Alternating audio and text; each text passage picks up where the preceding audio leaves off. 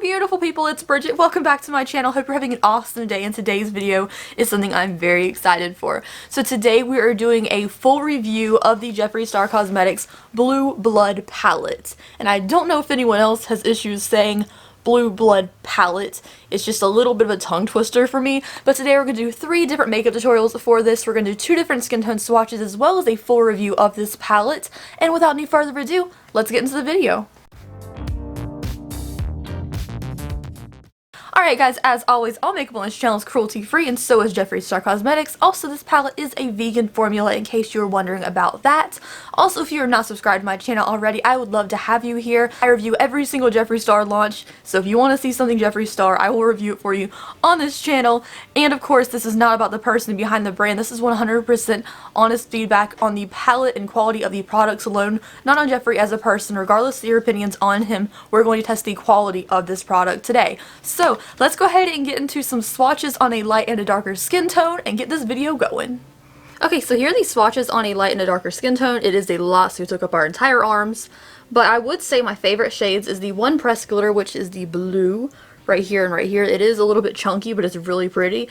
Then also this kind of medium blue shade right here in the middle of the palette is really nice as well. Some of the pastels were very, very dry, but it's kind of to be expected from the pastels. The Mint Tea shade is the best out of the pastel shades. Then the 2 shades I didn't like were these 2 shades, which is like the shade Blue Monday and Flourishing. They were just very dry and looked different than they did in the pans, which is right here on this arm.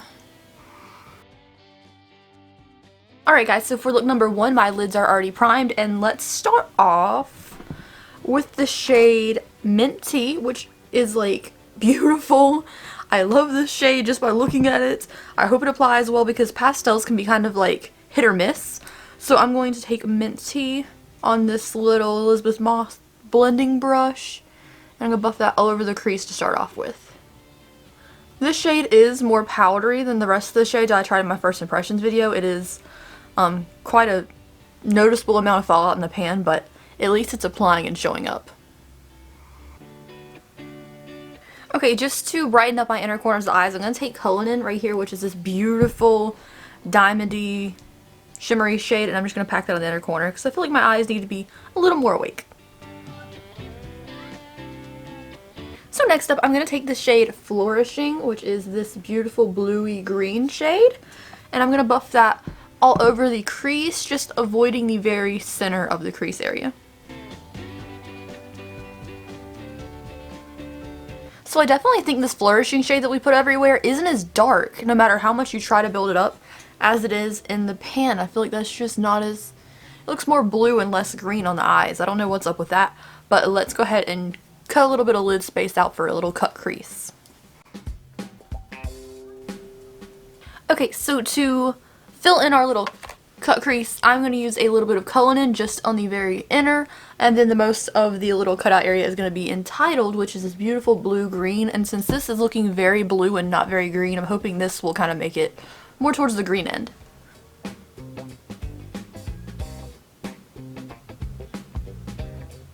I'm going to take that same blending brush from before and take a tiny little tap of Cremated, which is very, it's kind of a gray. It's kind of hard to tell what color this is. I'm going to take a little bit of that, and I'm just going to darken up the very outer corner.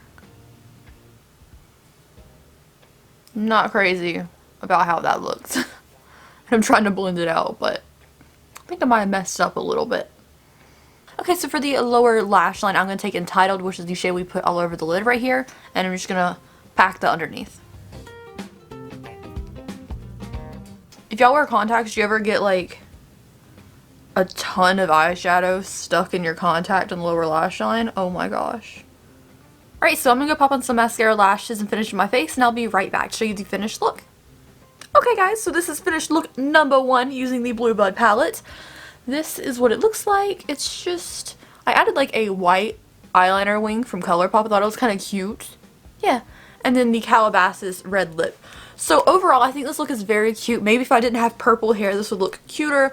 But like, I kind of really like it. So as far as look number 1, the shades that we use, so let's go over that really quickly.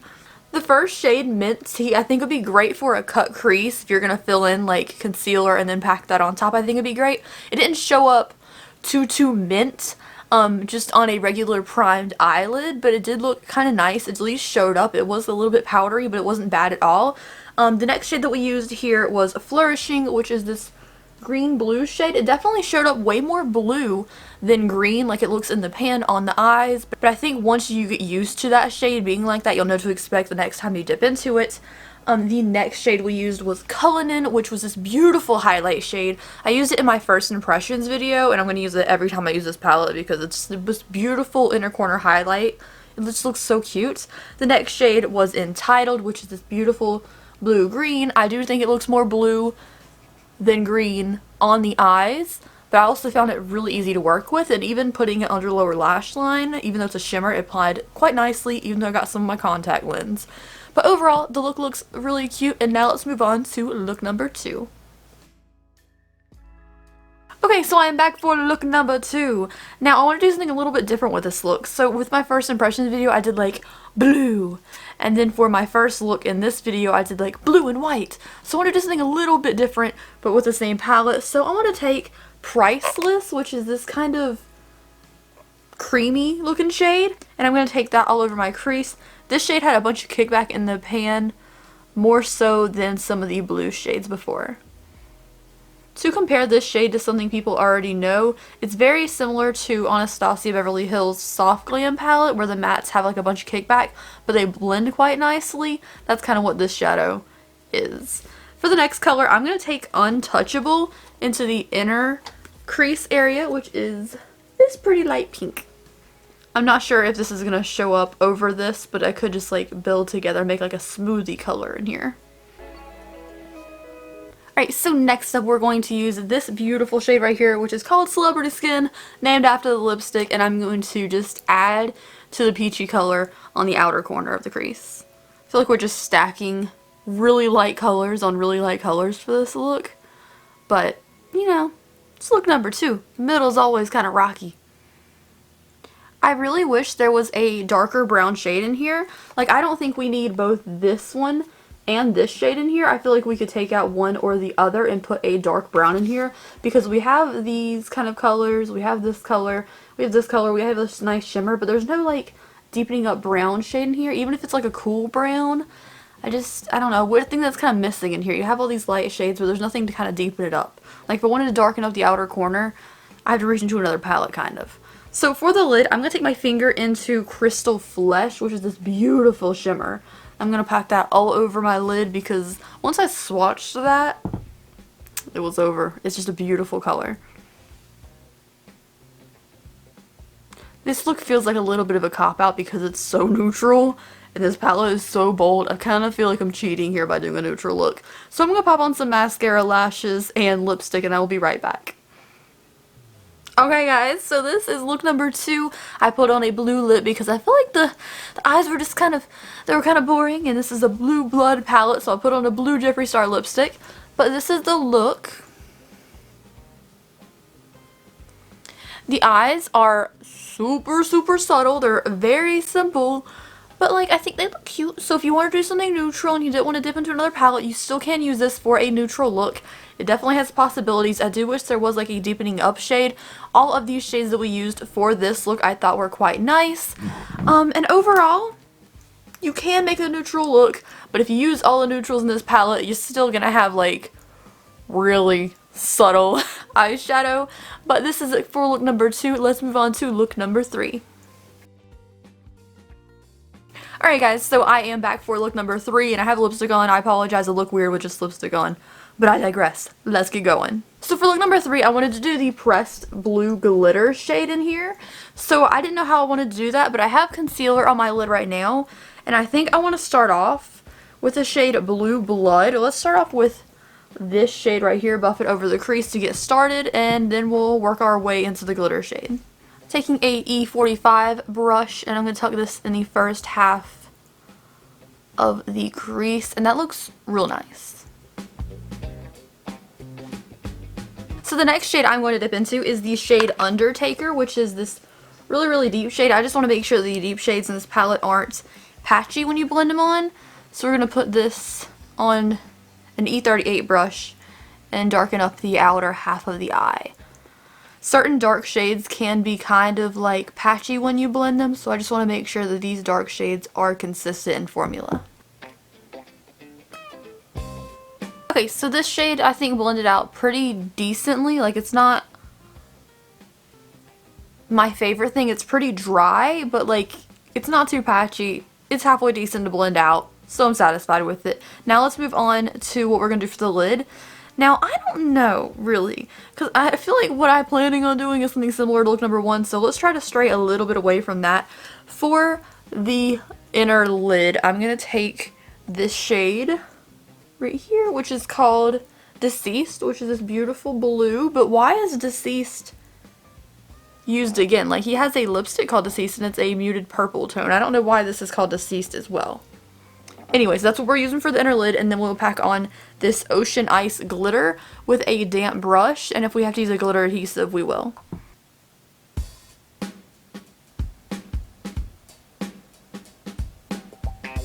Okay, so obviously I should have used a glitter glue for the blue shade, but I just wanted to see how it would apply with a damp brush, and I think it did okay. I just got massive fallout under the eyes, so I'm going to take the shade Deceased that we use for the inner lid and brush it under the lower lash line. Okay, so I'm going to put on some mascara and lashes now, and I'll be right back. Alright guys, so this is look number 3, and I added some little stars underneath my eyes because I thought it'd be cute, and I'm not sure if I like it or not, but this is look number 3. What do we think? So overall, I think this look is cute. I don't know if I'd add the stars again just because I feel like it's kind of distracting, but let's go ahead and talk about these shadows that I used for this look. So the Blue Blood Namesake shade, this shade right here, was so nice. Like, it was really nice to work with. It went really great right in that inner crease area. The next shade we used, which was, well, I don't even remember, Cremated? Oh no, it was Undertaker. This really, really dark blue was pretty nice. It was kind of dry in texture, but it was definitely workable. The next shade, Deceased, this bright blue, really nice. Like, not my favorite shimmery or satin formula in the world, but like, it did its job. Can't complain about that. The next shade, Ocean Ice, which is the glitter shade. I definitely suggest using a glitter glue with it, or maybe a concealer, but I'm not sure a concealer would hold it as well. But just on a wet brush, I think it stuck in there. Ooh, that side does not look good. This one looks better. I think it held in pretty decently. But, and then under the lower lash, I'll use Deceased again. So overall, let's talk about my thoughts on the palette as a whole.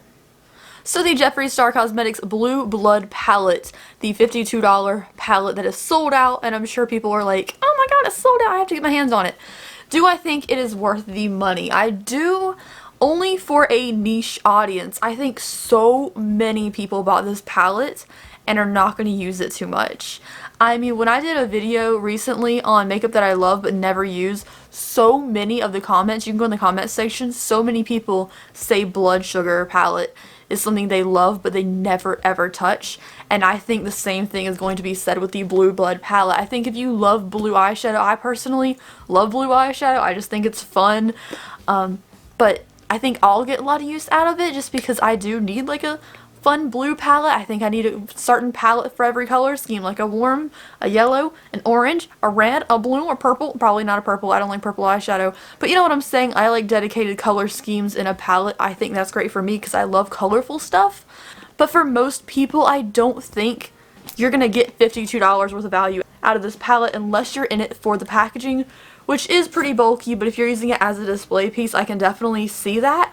I personally am not a fan of the clasp. I know it's supposed to make it fancier, but if you're going to store this in like drawers with your other palettes, or you're storing it with stuff, the drawer will get in its way, or if you're trying to stand it down, stand it up like in a little palette organizer, I think this little clasp will get in the way a little bit, just like the Blood Sugar palette. When I'm storing it against other palettes, the clasp gets in the way and it's kind of awkward, but the packaging itself is really pretty and kind of lightweight for what you think it would be. So the quality of the shadows, I do think the quality of the shadows is very good. Some shades are better than others. There are two shades in the palette that I'm not like the biggest fan of, which is Blue Monday and Flourishing. It's these two shades right here. I just feel like they look way different on the eyes than they do in the pan. They just look so much lighter, and one looks more purple than blue compared to what it looks like in the pan, which is very strange. But overall, the quality of the palette is really good, and I was a little bit concerned about patchiness with the blue shades, but we tried most of the shades in this palette, and I think I had no issues with it overall. Like, you can make it work.